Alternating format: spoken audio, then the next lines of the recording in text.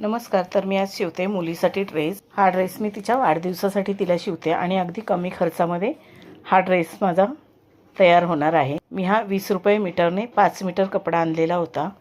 खूपच सुंदर असा हा कपडा आहे. 110 रुपयाचा 2.5 मीटर अस्तर, मी कॉटनचं अस्तर वापरलेलं आहे आणि रीळ 220 रुपयामध्ये माझा हा ड्रेस शिवून झालेला आहे.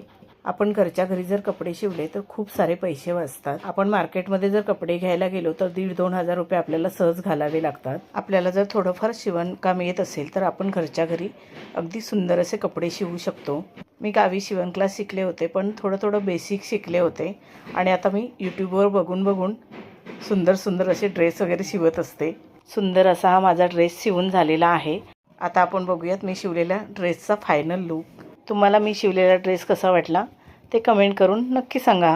व्हिडिओ आवडला असेल तर चला पटकन सबस्क्राईब करा. धन्यवाद.